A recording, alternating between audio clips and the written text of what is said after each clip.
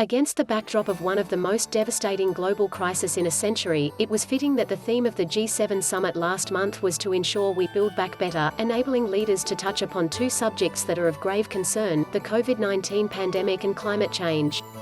The world is at a tipping point with respect to climate change and the natural environment, and the climate crisis and climate resilience must feature in the conversation as the world begins the long road to recovery from COVID-19.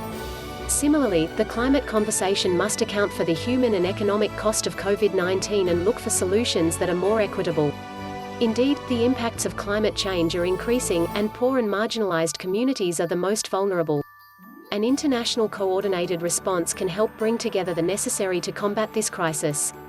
Commitments made by G7 countries to achieve net zero emissions by 2050 is a major step in the right direction.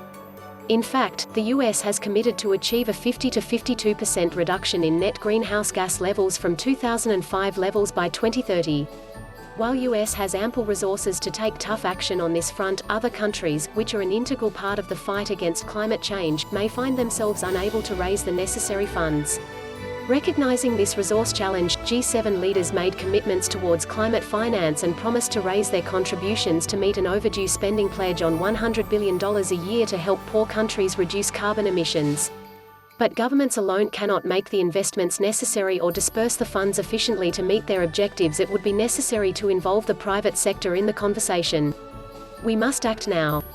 For our part, the Rockefeller Foundation is partnering with IKEA Foundation in a joint $1 billion investment to unlock the billions of dollars in development finance essential to tackling the dual crises of climate change and energy poverty.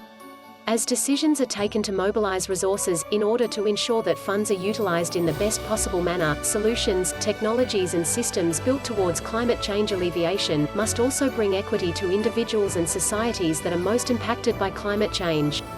In recent years, great developments have been made in funding large-scale renewable projects. A study done by IEA suggests that an investment of around $631 billion per annum would be needed annually to ensure progress towards 7 Sudanese pounds, 3 Sudanese pounds and 90 piastres and 13 Sudanese pounds. This is double the amount invested in 2019, $320 billion. Further, an additional $520 billion would be required for investment in transmission and distribution infrastructure.